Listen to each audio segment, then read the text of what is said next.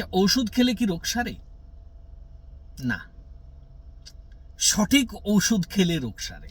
আপনার রোগ হয়েছে একটা, আপনি খাচ্ছেন ভিন্ন রোগের ওষুধ, কখনোই রোগ সারবে না। হুবহু একই জিনিস মানুষের লাইফের ক্ষেত্রেও ঘটে, মানুষের জীবনের ক্ষেত্রে একই জিনিসটা হয়। আপনি যাকে অনুসরণ করতেছেন এই মানুষটা যদি সঠিক না হয়, সে যদি আপনাকে জীবনের পথ গলদ রাস্তা দেখায়, ভুল রাস্তা দেখায়, গন্তব্যে পৌঁছতে আপনার অনেক সময় লেগে যাবে।